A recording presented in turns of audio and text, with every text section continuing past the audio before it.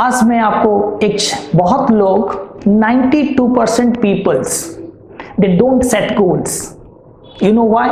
आज मैं आपको एक डिफरेंट चीज बताने जा रहा हूं। There are some people they want to achieve in their life, they want success, name, fame, post, position, they want everything, but वो सक्सेस नहीं हो पाते। रीजन क्या है? कुछ लोग डरते हैं कि मैं रिजेक्ट हो जाऊं तो लोग क्या कहेंगे, दुनिया क्या कहेगा, अगर मैं फेल हो जाऊंगा तो।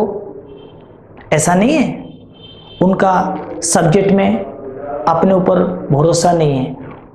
दे see everything outside, what people thinks, because they believe their success is depends on others point of view, others opinion.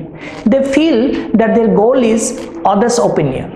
So first is what I am telling to you, here is a rejection of others, what opinions of others. अगर मैं success भी हो जाऊंगा तो भी क्या मेरा जो एम है वहां पर पहुंच सकता हूं? और एक बात, फियर ऑफ रिजेक्शन एक हुआ, दूसरा 90% सेट गोल करते हैं लेकिन उसको अचीव करने के लिए जो एफर्ट चाहिए, जो सेक्रीफाइस चाहिए, उसके लिए जो टूल्स, टेक्निक्स और स्किल चाहिए, ये भी सीखना जरूरी है। तो आज मैंने आपको क्या कहा?